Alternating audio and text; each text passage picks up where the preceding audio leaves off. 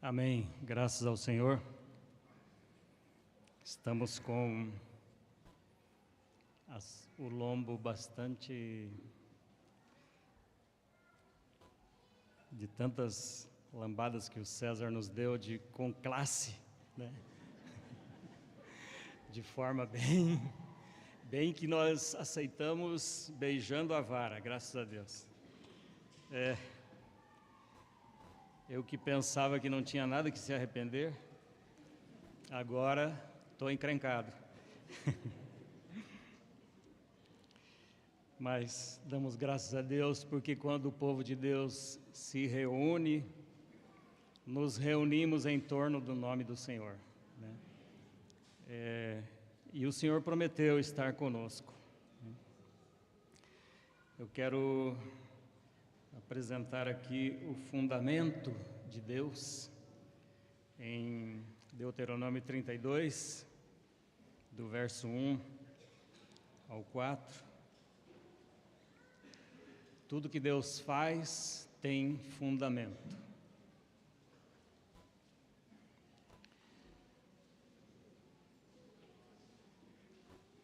E aquilo que tem fundamento permanece.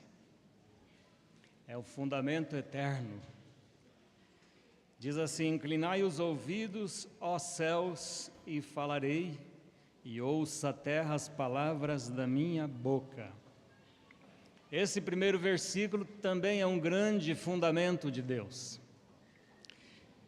Daí diz: goteje a minha doutrina como a chuva, destile o meu dito como orvalho, como chuvisco sobre a erva, e como gotas de água sobre a relva. Porque apregoarei o nome do Senhor, dai grandeza a nosso Deus. Ele é a rocha, cuja obra é perfeita, porque todos os seus caminhos juízos são. Deus é a verdade, e não há nele injustiça, justo e reto é. Agora gostaria de ler Isaías 28.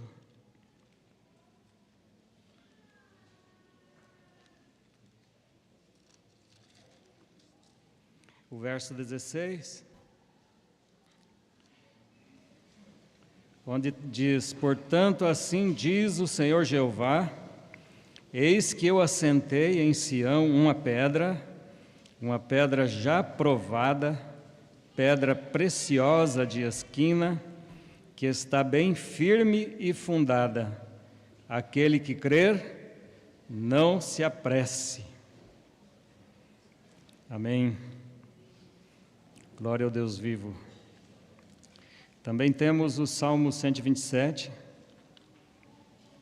onde o Senhor nos fala da edificação.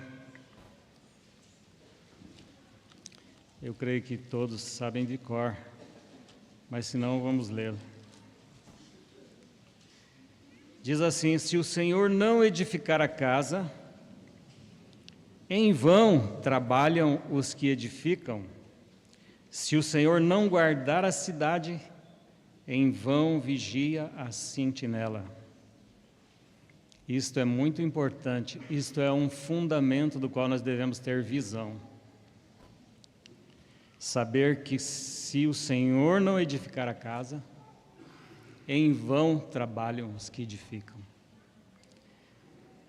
E também Hebreus, capítulo 11,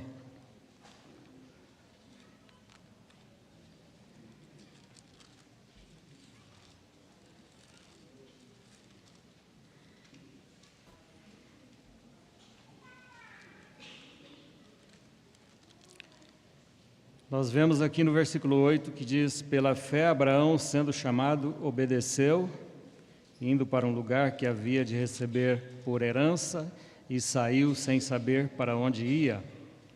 Pela fé habitou na terra da promessa, como em terra alheia, morando em cabanas com Isaque e Jacó, herdeiros com ele da mesma promessa.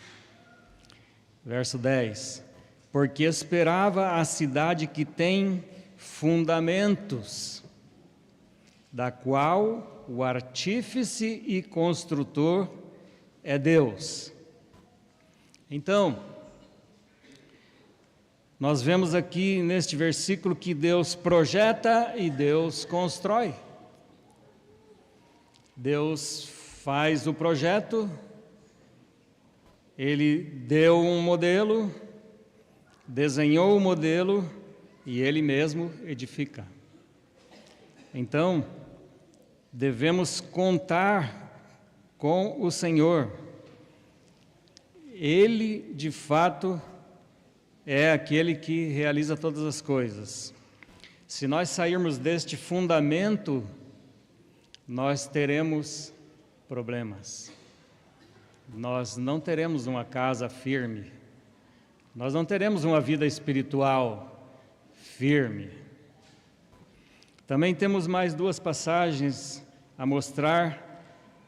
Nós vimos que em 1 Coríntios capítulo 3 diz que Jesus Cristo é o fundamento que foi lançado. Ele é o fundamento. Mas o Senhor, Ele coloca também suas palavras como fundamento.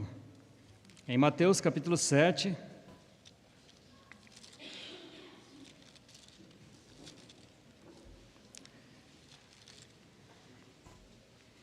o Senhor diz aqui, verso 24: todo aquele, pois, que escuta estas minhas palavras e as pratica, assemelhá-lo-ei ao homem prudente que edificou a sua casa sobre rocha. E desceu a chuva, correram os rios, e sopraram os ventos, e combateram aquela casa, e não caiu, porque estava edificada sobre a rocha. Estava edificada sobre a rocha. Nada vale sabermos as palavras do Senhor se nós não obedecermos. Vamos ver em Lucas capítulo 6, verso 46.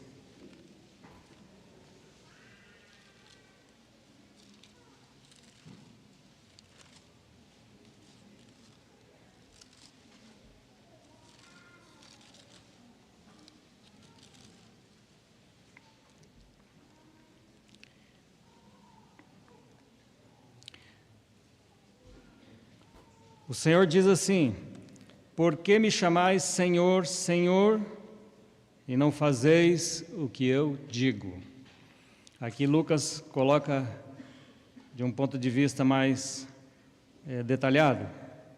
Ele diz assim: qualquer que vem a mim e ouve as minhas palavras e as observa, eu vos mostrarei a quem é semelhante. É semelhante ao homem que edificou uma casa, cavou e abriu bem fundo e pôs os alicerces sobre rocha. Então nós sabemos que Jesus Cristo é a rocha provada, escolhida e eleita, preciosa, eleita por Deus. E alguém vai lá, cava fundo nessa rocha, tem uma vida aprofundada, e ali lança sua segurança naquela rocha. Esta é a nossa missão, de ter confiança em Deus. Ele é a rocha inabalável. Ele é, como podemos dizer assim, ele não se move, ele é o mesmo ontem, hoje e eternamente. Tudo o mais vai ser removido. Diz a palavra que mais uma vez o Senhor vai abalar todas as coisas. Mas a Bíblia diz que nós temos recebido um reino que não pode ser abalado, porque Jesus Cristo é inabalável. Ele é o fundamento de Deus. E aqui nós vemos que precisamos ir mais fundo e tocar em Cristo. E diz assim: vindo a enchente, nós vemos, irmãos, que vem muita corrente por aí, vem muita enchente por aí. Eu acho engraçado, o irmão vem aqui e fala assim, não seja como o pau de enchente, mas as enchentes, elas vêm e trazem muita coisa, por exemplo, doutrinária, trazendo o quê? No Salmo 11 diz que está trazendo um combate contra fundamentos. Especialmente a guerra espiritual é contra a pessoa do Senhor Jesus Cristo. Judas nos diz que a batalha ali é para que se negue o Senhor. Bateu com ímpeto a corrente naquela casa e não a pôde abalar, graças a Deus. Por quê? Porque ela estava fundada sobre rocha. Mas tem aquele que não edifica sobre a rocha. Então, mas quem é esse? É o que ouve e não pratica. Verso 49. É semelhante ao homem que edificou uma casa sobre terra sem alicerces, na qual bateu com ímpeto a corrente, logo caiu, e foi grande a ruína daquela casa.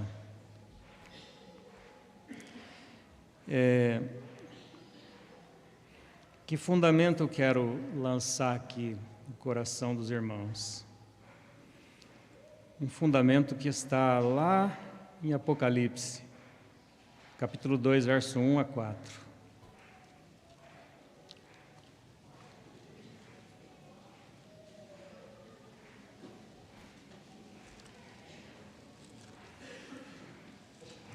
Hoje nós ouvimos sobre a idolatria. Você sabe que a idolatria é o que mais indigna o Senhor? É o que mais traz indignação no coração de Deus? Foi mais fácil Deus tratar com Davi do que tratar com Salomão. Salomão se envolveu com idolatrias, profanou a própria posição da unção que Deus havia lhe dado como rei de Israel. Ele foi muito além, porque ele edificou uma casa para o Senhor e ao mesmo tempo edificou uma casa para Moloque, para os ídolos. Nós temos que pedir ao Senhor Jesus Cristo que edifique a nossa casa para Deus, somente para Ele, somente para a glória dEle. E aqui, a primeira igreja aqui, que é Éfeso, todos já creem que estão pensando no que realmente eu vou dizer. Verso 1 ao 4. Escreve ao anjo da igreja que está em Éfeso, isto diz aquele que tem na sua destra as 7 estrelas, que anda no meio dos 7 castiçais de ouro. Eu sei as tuas obras, o teu trabalho e a tua paciência, e que não podes sofrer os maus. Puseste à prova os que se dizem ser apóstolos e não são, e tu os achaste mentirosos. E sofrestes, e tens paciência, e trabalhaste pelo meu nome, e não te cansaste. O Senhor não ignorou nenhuma dessas coisas. Ele viu tudo. Viu as obras, viu os esforços, viu os trabalhos, os sofrimentos, mas nada disso compensa quando nós chegamos no versículo 4, tenho, porém, contra ti, que deixaste o teu primeiro amor. E o remédio para isto é o arrependimento, porque deixar o primeiro amor representa uma grande queda. Lembra-te, pois, de onde caíste e arrepende-te, e pratica as primeiras obras. Quando não, brevemente a te virei e tirarei do teu lugar o teu castiçal, se não te arrependeres. Eu creio que a preparação da igreja, finalmente, antes da volta do Senhor, vai ser um mover do Espírito Santo para arrependimento.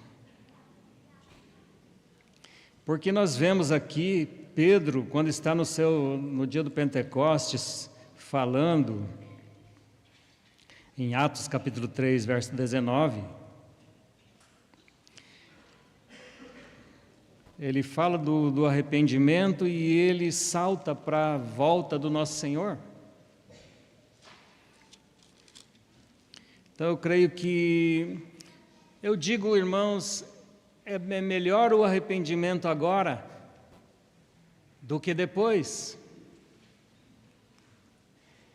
E também eu digo assim, o melhor arrependimento é aquele que nos arrependemos antes de fazer aquilo que é errado. Esse é o melhor arrependimento.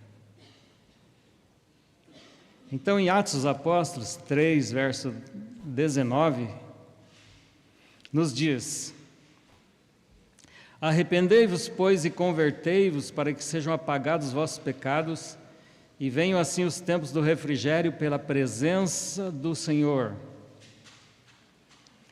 E depois ele diz: e envie ele a Jesus Cristo, que já dantes vos foi pregado, o qual convém que o céu contenha até os tempos da restauração de tudo, dos quais Deus falou pela boca de todos os seus santos profetas desde o princípio.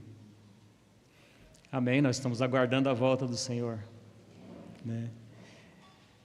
Porque, irmãos, sabe que quando a gente não conhece bem o Senhor, nós não temos arrependimento.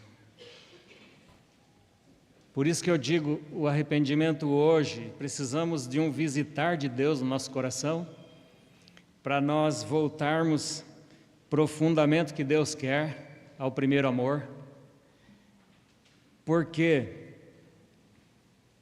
existe aquele arrependimento que quando nós vermos a glória do Senhor, como aqueles irmãos de José viram a glória de José, então veio toda a consciência deles, o mal que eles fizeram, então eles pensaram, agora estamos fritos.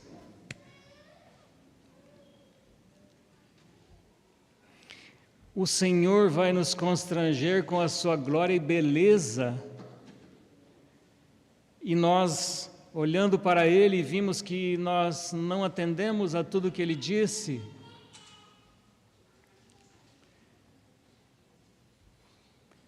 Que seja hoje, como estava falando no começo, quando o César falou tudo aquilo, nós ficamos tão conscientes que não temos nada a se arrepender. Mas para isso é que vem a palavra do Senhor, é para isso que o Senhor usa apóstolos e profetas, é para isso que o Senhor usa de fato o seu Espírito. A Bíblia diz, ouvi o que o Espírito diz às igrejas. O Senhor está falando, o Senhor se comprometeu até o fim dos séculos, que Ele estaria conosco falando. Eu creio que Ele deixou esse encargo para o Espírito Santo, para nos falar. Graças a Deus. Por essa razão nós devemos ter uma comunhão mais profunda com o Espírito Santo, porque o Espírito Santo tem um ministério maravilhoso de nos levar cativos ao Senhor Jesus Cristo. E Ele vai nos preparar como uma noiva bem enriquecida com a beleza e glória daquilo que Jesus Cristo tem, que nós vamos ser levado por Ele na presença de Cristo, e Ele poderá dizer, de fato, essa é osso dos meus ossos e carne da minha carne. Ele vai olhar e vai se identificar nela. É como um espelho, diz a Bíblia, que devemos contemplar a glória do Senhor, como se fosse num espelho, e aí nós somos transformados, nosso crescimento depende de nós realmente olhar para aquele que nós amamos tanto. E vamos sendo transformados de glória em glória na mesma imagem do Senhor, pelo Espírito do Senhor. E quando Ele olha, Ele vai identificar, de fato, essa é a minha igreja. Glória a Deus! Nós temos um ministério. Eu não fui um marido perfeito, um pai perfeito, mas naquilo que o Senhor nos dá para fazer, nós temos que orar: Senhor, eu não sei fazer, só você sabe.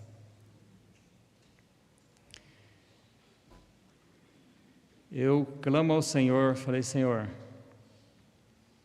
Tu sabes edificar a igreja. E aí tem irmãos que ficam pensando: puxa vida, mas se essa igreja crescer tanto, como é que nós vamos fazer? A gente não vai fazer nada. Como é que o Senhor fez com a igreja primitiva?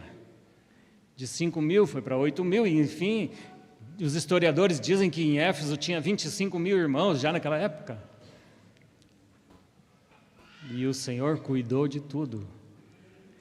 O Espírito Santo, Ele leva os crentes a amadurecerem e, de fato, cuidar uns dos outros. Amar. Se tem algo especial no Espírito Santo, é que Ele derramou o amor de Deus em nossos corações. É impossível um marido não amar sua esposa se ele deixar-se encher pelo Espírito de Deus. É impossível uma esposa ficar insatisfeita se ela for cheia do Espírito de Deus.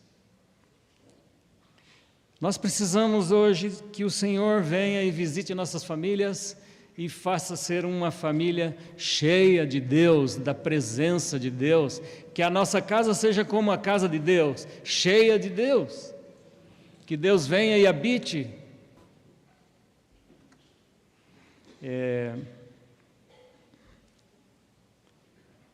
Vou pedir permissão para o irmão César para usar aquele versículo que ele usou, de Oséias 9:10. Vamos abrir de novo ali. Mas antes eu quero ler,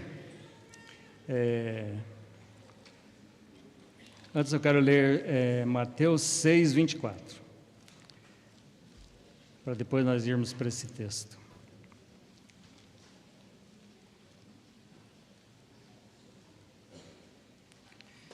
Mateus 6:24 nos diz assim: ninguém pode servir a dois senhores, porque ou há de odiar um e amar ao outro. Em uma versão diz: ou se devotará a um e desprezará outro. Essa palavra é usada, devotará, você vai ver que lá em Oséias 9:10 está usada a palavra consagrado. Se consagra para aquele Senhor que você escolheu. Por isso diz: ninguém pode servir a dois senhores. Nós temos um Senhor que nos escolheu. Amém? O Senhor nos chamou e nos elegeu antes da fundação do mundo. Graças a Deus. Então, é por isso que o Senhor tem tanto ciúme de nós. E Ele quer realmente nos atrair para Ele. Então ninguém pode servir a dois senhores, porque ou há de odiar um e amar o outro, ou se devotará a um e desprezará o outro. Essa palavra devoção, ela é mais profunda, porque ela se relaciona à adoração. Então diz aqui: não podeis servir a Deus e a Mamon. Eu me lembro de uma frase do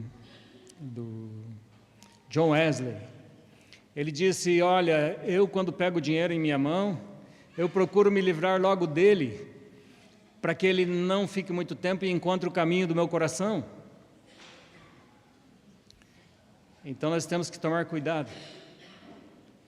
Nós começamos a venerar muito dinheiro. O dinheiro é um traidor. Nós adulamos ele, mas ele nunca adula a gente. Quando não tem, ele não é fácil para se conseguir. Então, temos que realmente tomar cuidado. Vamos ver então essa passagem, Oséias, porque ela fala de devoção. Oséias 9:10.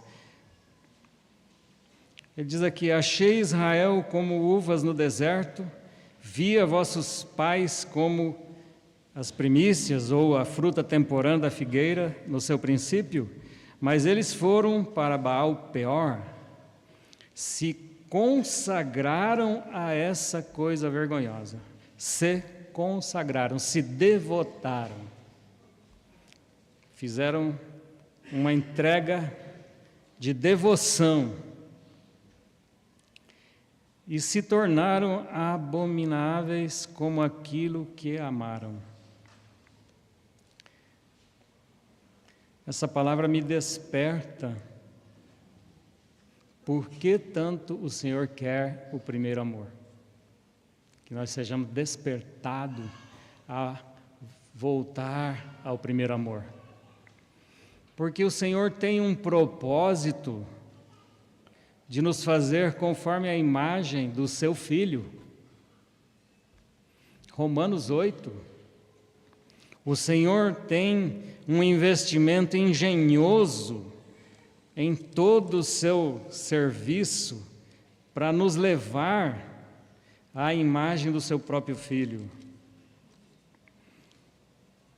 Mas para isso Ele precisa da nossa devoção. Ele precisa que atendamos a sua chamada. Então vamos ler aqui Romanos 8, verso 28, diz assim: sabemos que todas as coisas contribuem juntamente para o bem daqueles que amam a Deus e que são chamados por seu decreto. Estas coisas que contribuem juntamente relaciona-se ao que vem escrito anteriormente. Verso 18 diz: porque para mim tenho por certo que as aflições deste tempo presente não são para comparar com a glória que em nós há de ser revelada. Neste plano arquitetônico de Deus, a execução inclui as aflições.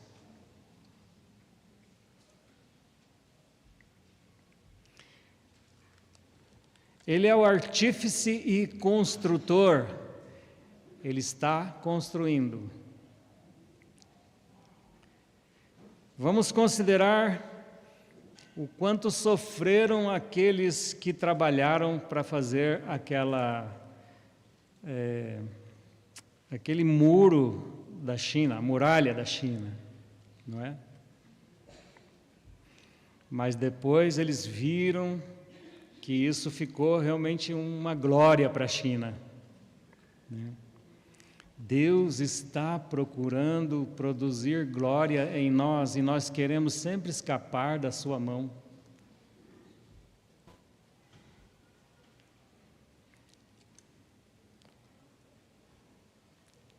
Então, agora no verso 29, é o propósito. Porque os que dantes conheceu, também os predestinou para serem conformes à imagem do seu Filho, a fim de que ele seja o primogênito entre muitos irmãos. Esse é o plano de Deus. Às vezes nós não sabemos se estamos andando na carne ou andando no Espírito. Se nós vivemos no Espírito, andemos no Espírito também. É só nós tomarmos Cristo como padrão, como foi dito hoje de manhã. Tomarmos Cristo como padrão. Aquilo que estou fazendo é a imagem do Senhor Jesus Cristo? O Senhor faria o que eu estou fazendo? Nós identificamos as coisas do Espírito olhando para Cristo. Eu estou aqui nesse determinado lugar, estou aqui fazendo algo que não é produtivo, nem edificante para ninguém. O que eu estou fazendo aqui? Ele é do Espírito ou é da carne?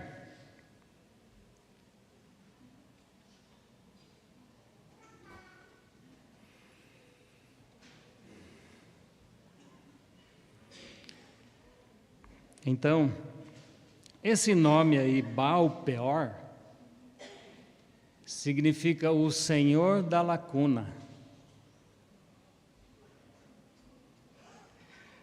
A vida do cristão deve estar plenamente cheia, para que não fique lacuna alguma. Não sei se nos tempos modernos agora, aquelas produtoras de vinho, elas têm aqueles tonéis, mas sabe-se que um tonel de vinho não pode ter, ele não pode baixar o nível de vinho de maneira que fique um espaço vazio, porque essa lacuna significa um espaço vazio, fica um espaço vazio, onde possa entrar ar misturado com bactérias e fermenta e estraga todo aquele vinho e ele vira vinagre.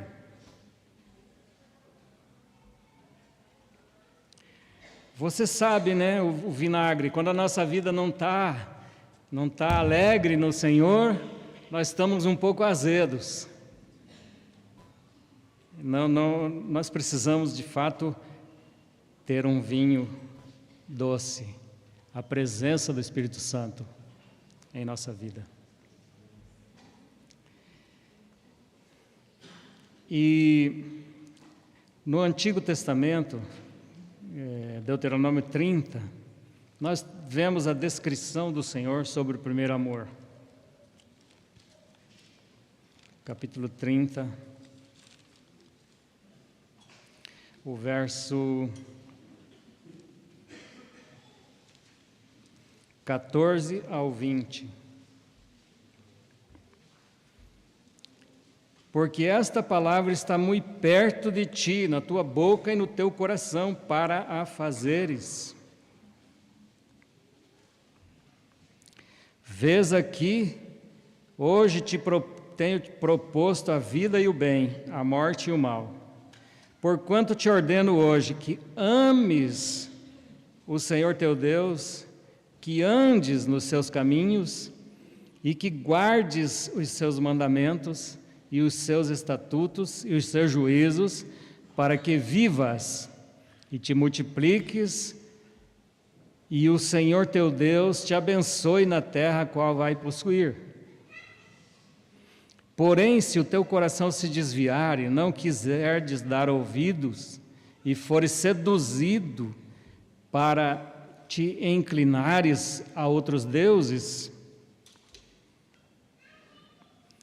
e os servires, então eu te denuncio hoje que certamente perecerás e não prolongarás os dias na terra que vais passando o Jordão, para que entrando nela a possuas. Jovem, nunca vá para o mundo, ame o teu Deus, porque você não sabe o quanto da tua vida vai ser encurtada se você for para o mundo. Mas é certo que ela poderá ser encurtada.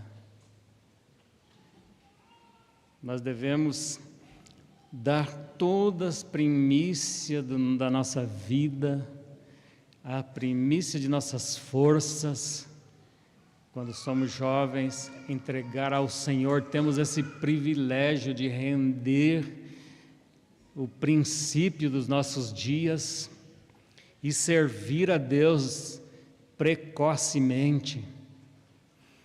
A mãe de Samuel foi muito diligente, ela pediu um menino a Deus, ela pediu um homem. Eu creio que essa mulher, essa mãe, ela estava vendo a ausência de Deus, o desvio do povo de Israel, porque era no tempo dos juízes, e o coração dela ficou apertado, ela queria ter um filho. E ela chamou ele de Samuel, porque ela disse assim: tenho pedido ao Senhor. Não é tenho pedido ao Senhor, tenho pedido ao Senhor.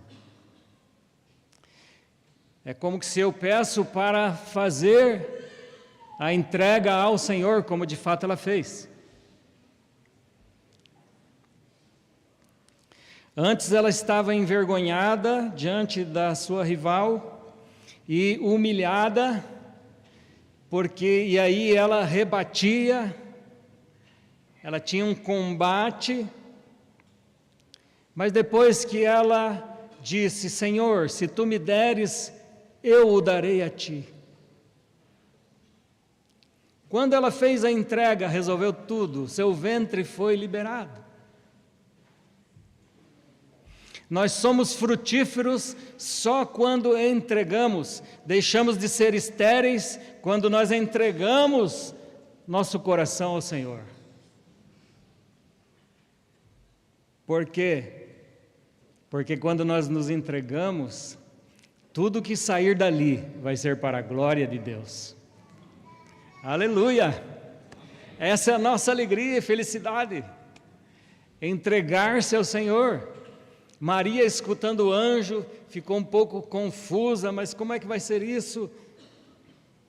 Imagina, não coabitei com homem nenhum, mas por fim, ouvindo as palavras, ela disse: então se cumpra em mim conforme a palavra do Senhor. Eis aqui tua serva, cumpra-se em mim.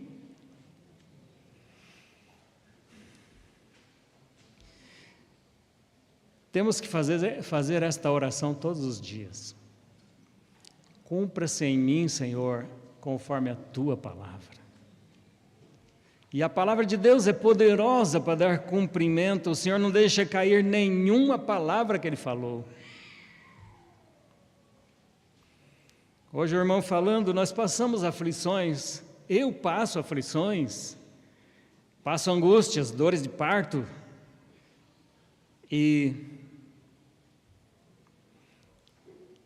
mas hoje eu ouvi a palavra trazida pela boca do irmão. O Espírito fala e posso ver que Deus de fato está no controle em tudo. O Senhor está no controle. Às vezes nós precipitamos, ficamos ansiosos e vamos lá e estragamos tudo. Sabe que às vezes eu vejo alguns vídeos na televisão, a pessoa vem assim meio afobada com um bolo de aniversário, de repente o bolo caiu e o aniversariante, coitado, ficou lá. Ficou a ver navios.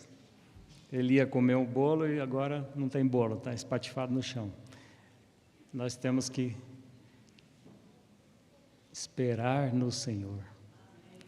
Eu estava falando para os irmãos, essa questão da expectativa e do esperar, o esperar é bem mais difícil, né? Mas veja só, porque o esperar está envolvido com a paciência. Esperei com paciência no Senhor e Ele ouviu o meu clamor. Oh, Deus responde. Ele responde atrasado? Não, Ele responde no seu tempo. E se Ele achar que está atrasado a sua resposta, Ele traz com juros e correção monetária a resposta. Graças a Deus, o Senhor vai sempre trazer abundantemente além do que nós pedimos ou pensamos. Pensamos que Ele atrasou, mas daqui a pouco, Senhor, eu pedi 10 mil reais, de repente veio 1 milhão. Demorou, mas veio, agora eu não consigo nem gastar esse dinheiro. Então, o Senhor é um Deus, de fato, que Ele trabalha tudo abundantemente. Por isso que nós vamos, de fato, nos extasiar com a sua glória. Porque nós temos uma imaginação da glória do Senhor. Mas quando nós enxergarmos, quando nós contemplarmos ela, então veremos que milhões de vezes ultrapassou aquilo que nós pensávamos. Graças a Deus. Jesus Cristo é o mesmo ontem, hoje, eternamente. Então, Deuteronômio 30 aqui, o Senhor está falando do primeiro amor. Vamos continuar aqui no versículo 19, diz assim: os céus e a terra tomo hoje por testemunhas contra ti, que te tenho proposto a vida e a morte, a bênção e a maldição. E ele diz: escolhe, pois, a vida, para que vivas tu e a tua semente.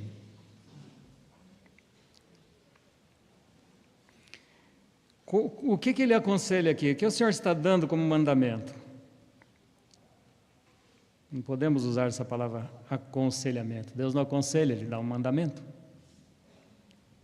Então diz assim, verso 20: amando ao Senhor teu Deus, dando ouvidos à sua voz, e te achegando a Ele, pois Ele é o quê?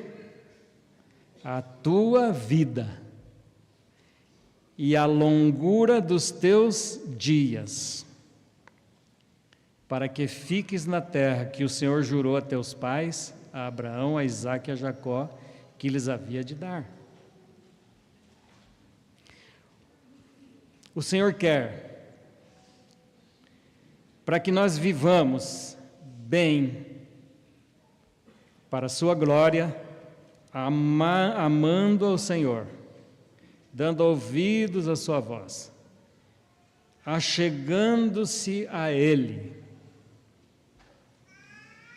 Josué descobriu esse segredo. Diz a Bíblia que ele nunca se apartava da tenda, depois que ele descobriu que a glória do Senhor estava ali, que Moisés estava sempre falando com o Senhor lá. Ele não se apartava daquela tenda. Era por causa de Moisés? Ele era muito amigo de Moisés? Ele era o servo de Moisés? Não.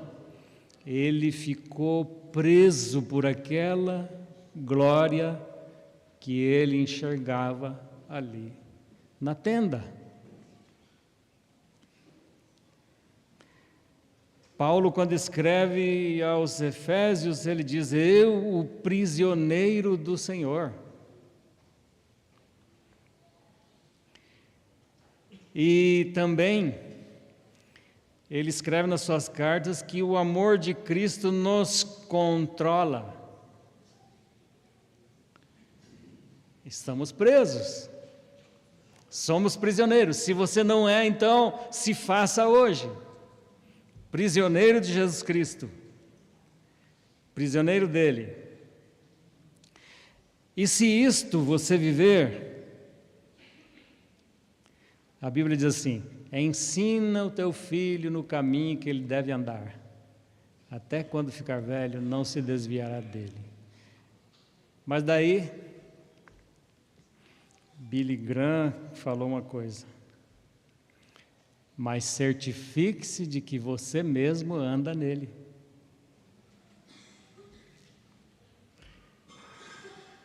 Nós temos que falar para a nova geração, mas temos que nos certificar de que nós mesmos andamos nesse caminho que estamos ensinando.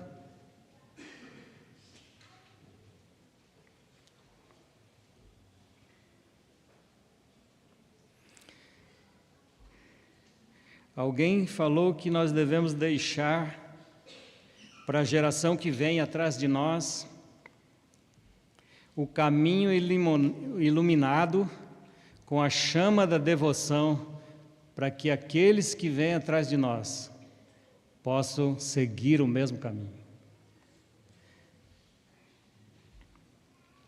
Uma vida unida ao Senhor.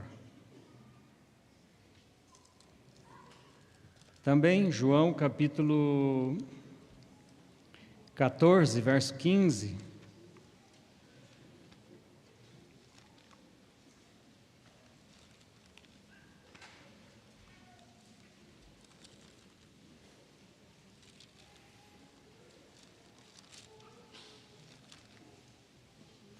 João 14, versículo 15.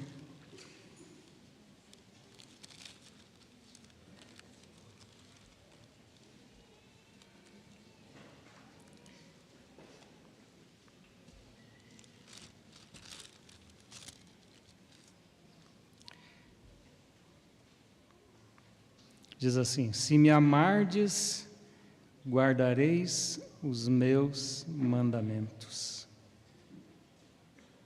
Interessante que o Senhor disse: e eu rogarei ao Pai, Ele vos dará outro Consolador para que fique convosco para sempre. Certamente o Espírito Santo acompanha aqueles que amam ao Senhor Jesus Cristo e guardam seus mandamentos. O verso 21 diz assim: aquele que tem os meus mandamentos e os guarda, este é o que me ama. E aquele que me ama será amado de meu Pai, e eu o amarei e me manifestarei a ele. O 23 diz: Jesus respondeu e disse-lhe: se alguém me ama, guardará a minha palavra, e meu Pai o amará, e viremos para ele e faremos nele morada. Nós sabemos que o Senhor, tanto individualmente, nos fez templo do Espírito Santo. Precisamos ter uma vida cheia, não cheia de vazio, mas uma vida cheia do Espírito Santo. Sabemos que o Senhor, então, escolheu o nosso corpo para ser morada do Espírito Santo, habitação, templo do Espírito Santo, tanto quanto a igreja edificada, que ela é edificada para a morada de Deus em Espírito.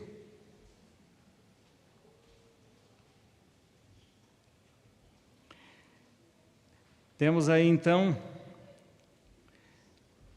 o que Deus deseja. Deus deseja que sejamos cheios da sua habitação mesmo, que Cristo habite pela fé em vossos corações, é o que diz a palavra, que nós somos fortalecidos no homem interior para a habitação de Jesus Cristo de forma plena. Ele tem que habitar nosso coração plenamente. E também, quando falamos das palavras do Senhor,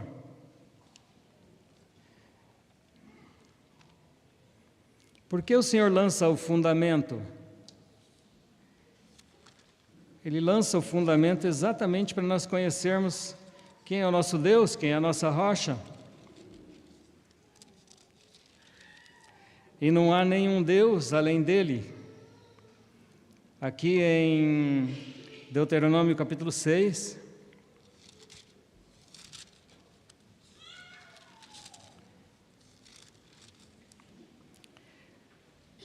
vamos ler o versículo 4 e 5. Ele diz: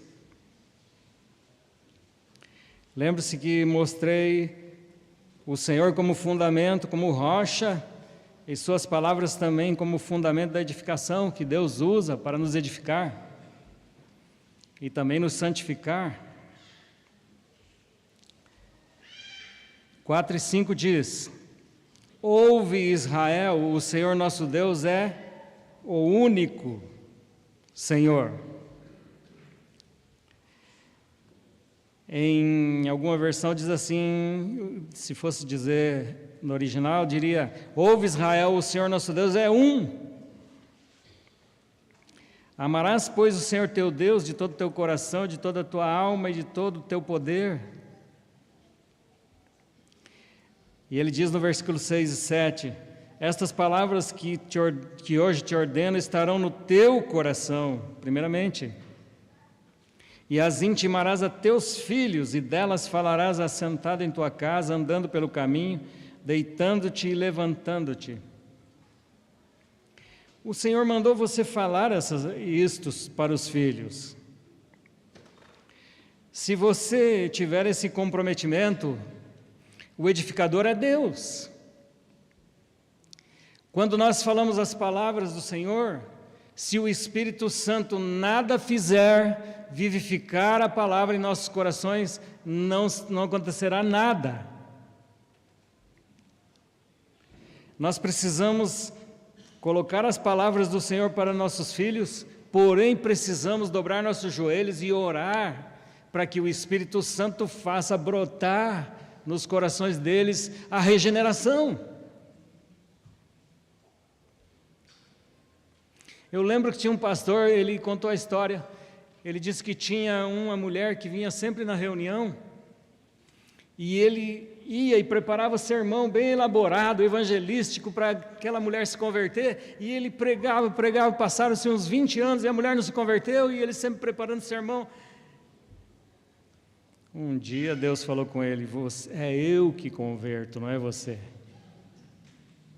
É eu que converto as pessoas. E aí o que aconteceu? Numa reunião ele teve uma visão, e ele nem imaginava que seria para aquela mulher. E ele disse: eu tive uma visão aqui, assim, assim, assim. A mulher disse: é para mim. Eu quero me entregar ao Senhor Jesus Cristo. E se converteu. Ele não tinha feito nada mais. Irmãos, nós precisamos de fato ter essa esperança que nos foi falado, nos foi trazida. Cristo em nós é a esperança da glória. Se Cristo está em nós, a nossa esperança sempre será inabalável.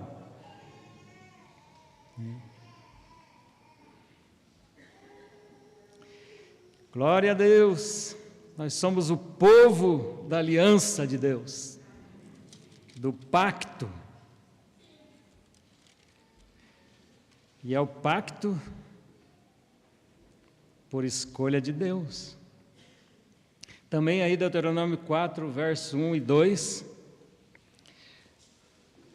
diz assim: agora, pois, ó Israel, ouve os estatutos e os juízos que eu vos ensino, para os cumprirdes, para que vivais e entreis e possuais a terra que o Senhor Deus deu a vossos pais. Agora diz o seguinte, a palavra do Senhor aqui, ó: nada acrescentareis à palavra que vos mando, nem diminuireis dela, para que guardeis os mandamentos do Senhor vosso Deus, que eu vos mando. Irmãos, nada acrescente às palavras do Senhor, porque ela é suficiente, toda suficiente. Amém? E não diminua nada dela, porque não tem nada desnecessário que Deus tenha falado que está nela. A palavra é assim. E outra, tudo que Deus falou, Ele está comprometido. Deus não é como nós falamos e depois, não foi bem assim que eu disse. Deus preferiu deixar escrito a sua palavra, para todos comprovarem que é isso que Ele disse e pronto. Nós tentamos ensinar nossos filhos da maneira nossa e não da maneira de Deus. Nós tentamos amar a nossa maneira e não a maneira de Deus.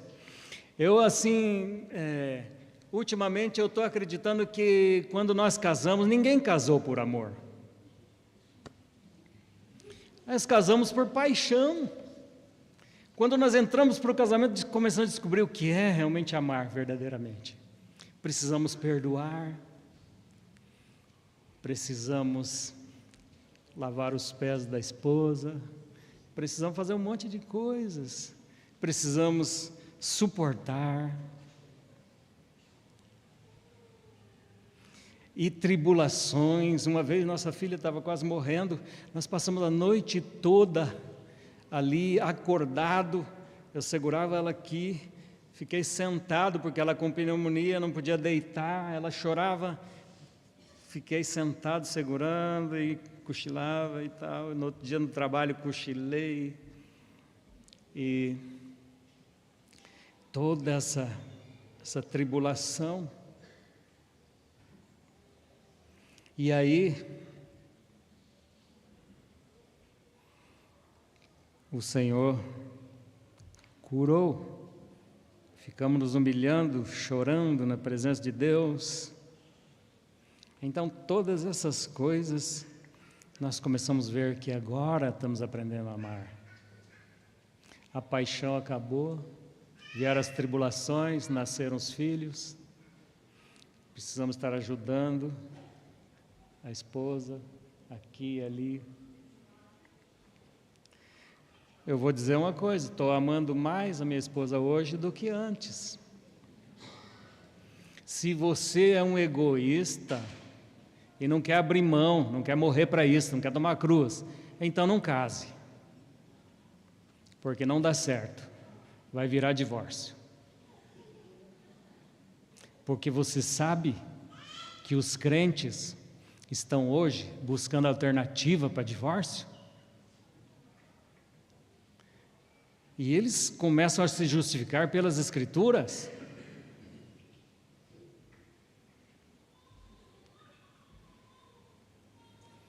E tem mestres para toda sorte de desejos. Paulo disse, tendo comichão nos ouvidos, amontoarão para si mestres segundo as suas próprias concupiscências. Então eu vou atrás de um mestre que me dê uma saída, porque eu estou a fim de fazer uma coisa que, segundo a palavra de Deus, não pode ser feita. Eu fiz uma aliança.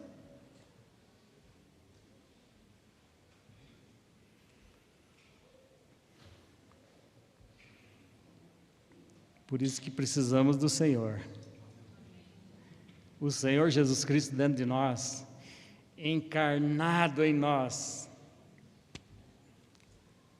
habitando em nós, Ele, amando com o seu amor, me faz amar segundo a sua vontade. Nós precisamos de Cristo. Nós somos desafiados no casamento. No dia lá da cerimônia, está lá, firme, faz grandes confissões, mas sabe de uma coisa? A gente não sabe o que é amar. Eu falo por mim, eu estou aprendendo a amar ainda. Como o irmão César falou, a mulher olha aqui do lado, às vezes eu vou procurar alguma coisa na gaveta lá, não acho nada, onde é que está tal coisa? Minha esposa vem lá, estava na frente dos meus olhos. Outro dia, eu fui num lugar e eu pedi uma sala lá para mim orar antes de vir para a conferência, e então me deram uma sala. E do lado de fora tinha 2 banheiros. E eu lá dentro procurando onde é que estavam os banheiros e tudo mais. E daí o que aconteceu? Abri a porta, saí, passei pelos banheiros e fui perguntar para a pessoa responsável, onde é que tem banheiro aqui? Ela disse, está ali do lado da porta.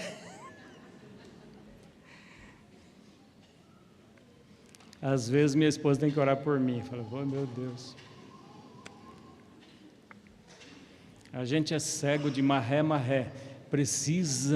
Eu não sei amar. Nós precisamos estar aprendendo com o Senhor. Se quanto mais andar com o Senhor, mais nós aprendemos.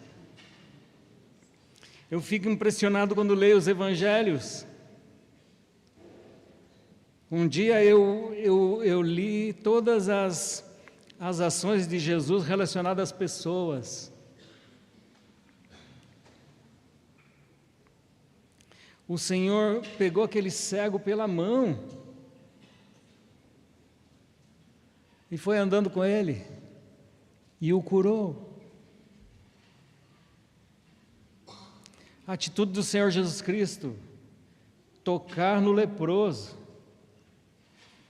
isso é coisa de pastor. Jesus Cristo é muito identificado como o pastor. Você vê que Jesus não falou, eu sou apóstolo, apesar de ser. Mas ele disse: eu sou o bom pastor. Se você precisar que ele te pegue pela mão, ele vai pegar.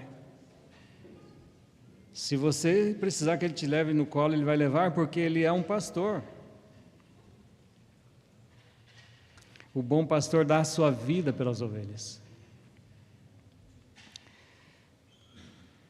Então, aí em Deuteronômio, vemos que não podemos diminuir nada da palavra e nem acrescentar. Nossos filhos precisam saber literalmente a palavra do Senhor. E também aí, vamos ver do 3 ao 10, outra questão que Deus vai falar. Os vossos olhos têm visto o que o Senhor fez por causa de Baal-Peor, pois todo homem que seguiu a Baal-Peor, o Senhor teu Deus consumiu do meio de ti. Porém vós que chegastes ao Senhor, vosso Deus, hoje todos estáis vivos. Todos que se achegam ao Senhor vivem. Vinde a mim, todos que estáis cansados. Nós só encontramos vida no Senhor. Por isso temos que nos achegar a Ele. Vedes aqui, vos tenho ensinado estatutos e juízos, como me mandou o Senhor, meu Deus, para que assim façais no meio da terra, a qual ides herdar. O Senhor diz aqui: guardai-os, pois, e fazei-os, porque esta será a vossa sabedoria e vosso entendimento, perante os olhos dos povos que ouvirão todos esses estatutos e dirão: só este grande povo é gente sábia e inteligente. Só tem um povo inteligente na terra, é o povo de Deus. A igreja tem que ser aqueles que alumiam o caminho para as nações.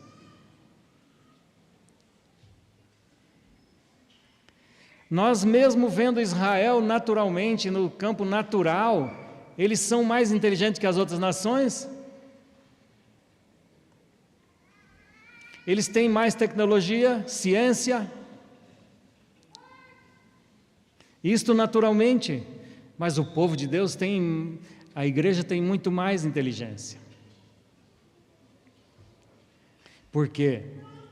Porque Deus fala aqui em Efésios, o capítulo 3, 11, ele diz: para que agora pela igreja a multiforme sabedoria de Deus seja conhecida dos principados e potestades. Pense bem, onde? Na terra ou no céu? Se há no céu, quanto mais na terra.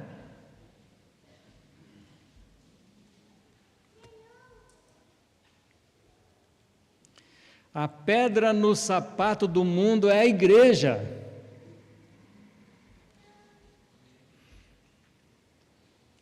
É a igreja que não permite, o Senhor usa ela para não permitir o avanço de muitas coisas iníquas que o mundo quer fazer.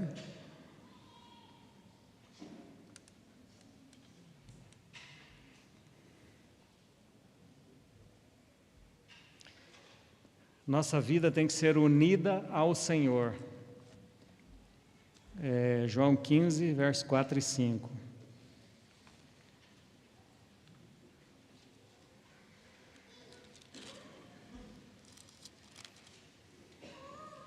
Esse fundamento de casar com o Senhor é muito importante. Ele diz: estai em mim e eu em vós, como a vara de si mesma não pode dar fruto, se não estiver na videira, assim também vós, se não estiverdes em mim.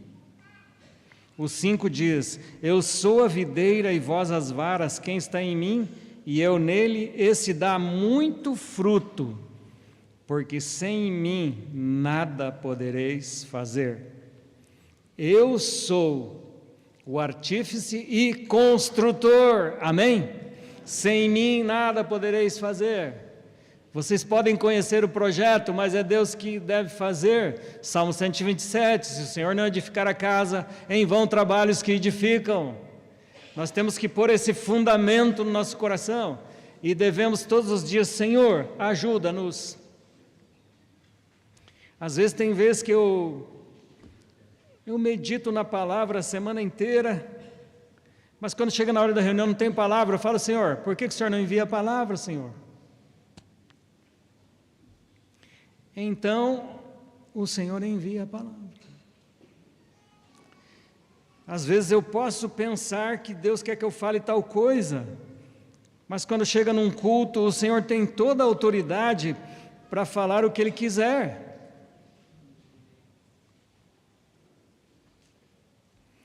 É isso que nós devemos pedir a Deus. Senhor, fale conosco, envia a Tua palavra, aviva a Tua obra, encha-nos do Espírito Santo. Nós temos que pedir. Muitos acreditam que essa questão do enchimento do Espírito Santo já cessou, mas Jesus Cristo é o mesmo ontem, hoje, eternamente. Como Ele edificaria a sua igreja hoje, se Ele realmente impedisse seu Espírito Santo de atuar? Foi para isso que Ele enviou o Espírito. Nós precisamos pedir que o Espírito Santo nos ajude a resolver as situações da nossa família. Eu não posso convencer meu filho do pecado, da justiça e do juízo, mas o Espírito Santo pode. Ele faz isso. E nós confiamos no Senhor. É ministério dele. Quando nós olhamos em Atos dos Apóstolos, nós olhamos ali o ministério da palavra. Não existe ninguém que é ministério. A palavra é ministério e usa vasos. O Espírito Santo tem o ministério dele na terra, e ele usa exatamente a palavra de Deus. Temos que estar unidos ao Senhor. É como se nós estivéssemos casados com Ele. Sem mim nada podeis fazer. Você pode fazer alguma coisa sem ela? Ai de ti, né? Temos que fazer tudo junto.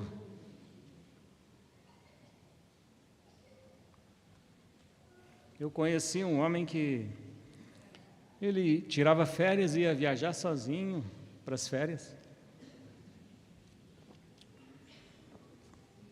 E teve uma situação, então, e a mulher se apartou dele. E veja as ideias das pessoas. Eu fui lá tentar persuadi-la a reconciliar com ele. Ela disse, eu mostrei o texto sobre a vontade de Deus. Ela disse, não, mas está escrito, a vontade de Deus é boa, agradável e perfeita. E eu não quero me reconciliar com Ele, porque isso aí não me é agradável nem perfeito. Usou a palavra de Deus dessa maneira. Falei, meu Deus, como as ovelhas, né? Diz a Bíblia, não, né? Dizem que as ovelhas são muito ignorantes, mas elas são bem espertinhas, né? Elas conseguem torcer a palavra. Ela questionou comigo. Não, mas está escrito, se não é agradável e perfeito, né? Para mim, não é a vontade de Deus. Falei, não, aqui é para o Senhor, não para você. Mas Deus sabe, um dia ela vai ser tocada por Deus. Então temos que ter acordo com o Senhor, né? Se nós olharmos a palavra também no verso 7 e 8 aí, diz o seguinte: se vós estiverdes em mim, as minhas palavras estiverem em vós, pedireis tudo o que quiserdes e vos será feito. Isso aqui é uma parceria, uma união com Cristo, que certamente a vontade dele está implicada nisto. E daí diz: nisto é glorificado meu Pai, que deis muito fruto, assim sereis meus discípulos. Para ser discípulo, nós precisamos estar unidos ao Senhor para dar fruto. Ligado a Ele, unido, de forma alguma podemos nos desvincular. Isso aí, no caso, é uma relação de amor matrimonial. E não podemos colocar lugar algum para a carne, né? Se nós estamos ligados a Cristo, a carne tem que estar fora de questão. Por quê? Gálatas 2:20 diz: estou crucificado com Cristo, vivo, não mais eu, mas Cristo vive em mim. Isso é fácil falar, mas nós precisamos, de fato, ter a realidade desse versículo em nossos corações. Também em Gálatas 5:24, nos diz: os que são de Cristo crucificaram a carne com suas paixões e concupiscências. E o verso 25 diz: se vivemos no Espírito, andemos também no Espírito. Para isso nós precisamos ser governados, cheios. Essa palavra, quando fala cheios do Espírito, que está no capítulo 5 de Efésios, enchei-vos do Espírito Santo, é de fato a ocupação dele de tudo, de todas as áreas da nossa vida, a ocupação do nosso ser total, a fim de que ele venha glorificar a Cristo. E também em 1 João,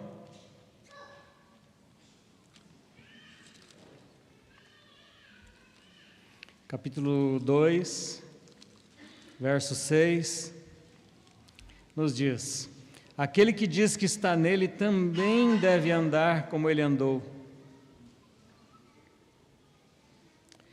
Devemos andar como ele andou, mas quando você olha o versículo 3 até o 5, diz: nisto sabemos que o conhecemos se guardamos os seus mandamentos.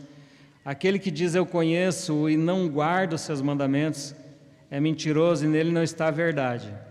Mas qualquer que guarda a sua palavra, o amor de Deus está nele verdadeiramente aperfeiçoado. Nisto conhecemos que estamos nele. Estai em mim. O Senhor quer que estejamos nele e ele em nós. Então temos aí de fato um casamento perfeito. Não há santificação sem cruz, não há como andar na carne. Qual foi a primeira batalha que Josué enfrentou? Esse foi o seu primeiro desafio. Eu creio que é o primeiro desafio nosso. Quando o Espírito Santo habita em nós, começa-se uma guerra, carne contra o Espírito, para que não façamos o que queremos. O Espírito quer fazer algo e a carne não quer. Por quê? Se nós considerarmos, a carne sempre vai querer a glória que pertence a Jesus Cristo. E o Espírito Santo tem uma missão e um ministério. Jesus Cristo disse: eu vou enviar o Consolador, eu vou enviar o Espírito Santo, ele vos guiará em toda a verdade e mostrará o que há de vir. E daí diz o seguinte: ele me glorificará.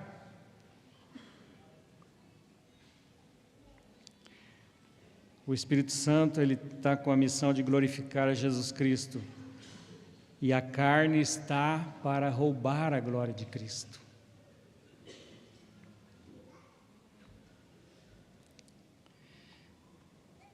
Agora nós vemos aí João 3, 1 João 3, verso 1 ao 3. Vede quão grande amor tem nos concedido o Pai, que fôssemos chamados filhos de Deus. Por isso o mundo não nos conhece, porque não conhece a Ele. Amados, agora somos filhos de Deus e ainda não é manifesto o que havemos de ser. Mas sabemos que quando Ele se manifestar, seremos semelhantes a Ele, porque assim como é, o veremos. Daí nos diz, e qualquer que nele tenha essa esperança, purifica-se a si mesmo, como também ele é puro. Quem tem essa esperança? Então, nós devemos pedir a Deus que nos purifique, nos santifique, porque só Ele pode operar esta obra de santificação e de purificação. Nós não conseguimos nos purificar a nós mesmos, mas Ele nos purifica.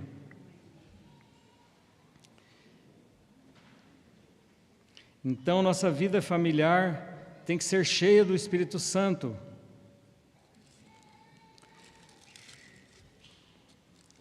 Quero abrir aí Efésios 5, 18.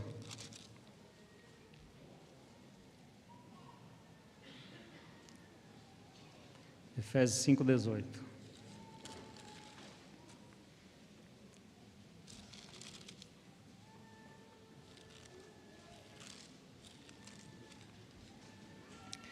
E não vos embriagueis com vinho,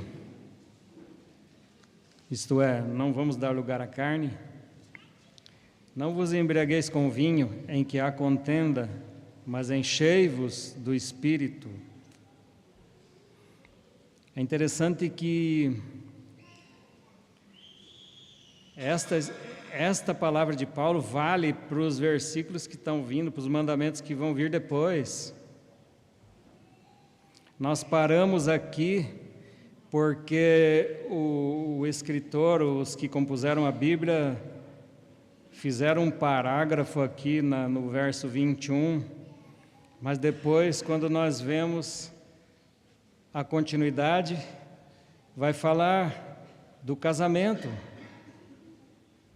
É impossível cumprir os mandamentos que vêm do verso 22 em diante, sem de fato se encher do Espírito Santo.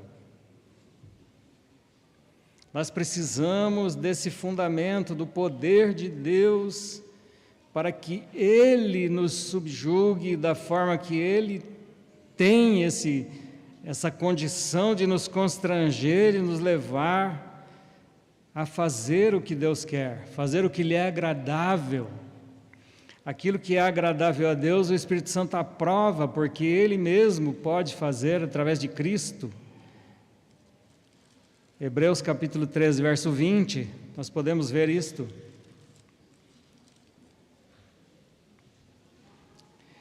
Diz assim: ora, o Deus de paz, que pelo sangue do concerto eterno tornou a trazer dos mortos a nosso Senhor Jesus Cristo, grande pastor das ovelhas, vos aperfeiçoe em toda boa obra, para fazerdes a sua vontade, operando em vós o que perante Ele é agradável por Cristo Jesus, ao qual seja a glória para todos sempre. Amém. Veja que quando Cristo opera em nós, o Espírito Santo diz no final, ao qual aquele que operou em nós, seja a glória para todo sempre. Amém. Porque se fosse em mim, puxa vida, eu consegui ser um pai perfeito, um marido perfeito, glória para você.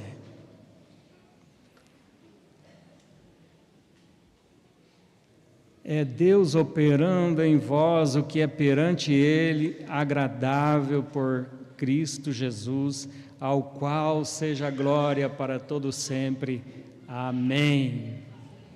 Aleluia. A mão do homem não entra em questão. Se nós olhamos um texto em Levítico, quando o Senhor fala que quando entrasse na terra eles plantassem uma árvore frutífera, o Senhor disse: 3 anos será incircunciso o seu fruto, no 4º ano ela vai dar fruto, mas esse fruto do 4º ano seria para a glória e louvor de Deus. Seria para dar louvores a Deus, não para o homem comer, nem no primeiro, que era incircunciso, nem no 2º, nem no 3º ano, era incircunciso, ele não podia comer, nem no 4º, porque quando o 4º era realmente o fruto, estava pronto para se comer, não se comia, se dava em louvor a Deus. A nossa vida é como essa árvore. Nós temos os primeiros anos e o Senhor tem aquele cuidado para que não façamos nada, porque vamos nos gloriar. Ele nos ensina que Ele deve fazer as coisas. Então Ele manda nós comermos no 5º ano só. O Senhor não quer que dê lugar para a carne em lugar nenhum, e que tenha glória humana nenhuma, mas a glória toda pertence ao nosso Deus. Será que quando chegarmos lá na glória, nós vamos realmente entregar aquilo que Ele produziu em nós? Todas as vezes que nós viemos para o culto, nós devemos entregar o que o Senhor produziu na nossa vida. Nós devemos entregar aos nossos filhos aquilo que o Senhor de fato está revelando em nós. E eu não vou avançar mais aqui, quero ler só 2 versículos, Romanos 7, 18.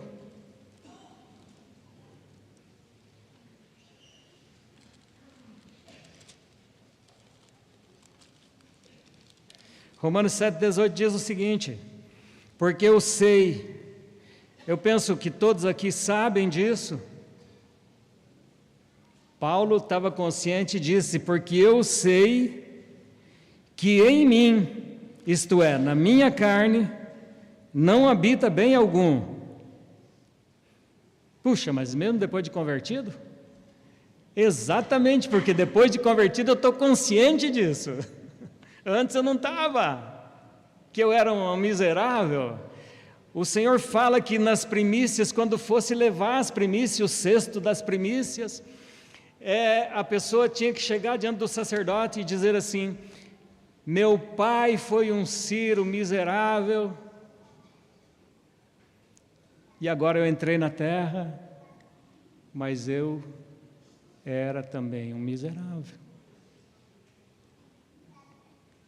Eu tomo consciência disto quando eu vou na presença de Deus, que não habita bem nenhum em mim. Mas devemos viver isso aqui, Filipenses 3:3. E vou encerrando com esta escritura, Filipenses 3:3.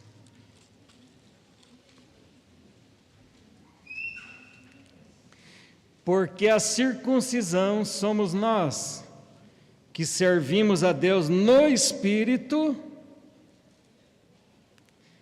e agora, e nos gloriamos em Jesus Cristo. Amém? Vamos ler todos juntos? Vamos começar então. Porque a circuncisão somos nós, que servimos a Deus no Espírito e nos gloriamos em Jesus Cristo. E agora, bem alto, e não confiamos na carne. Amém? Glória a Deus.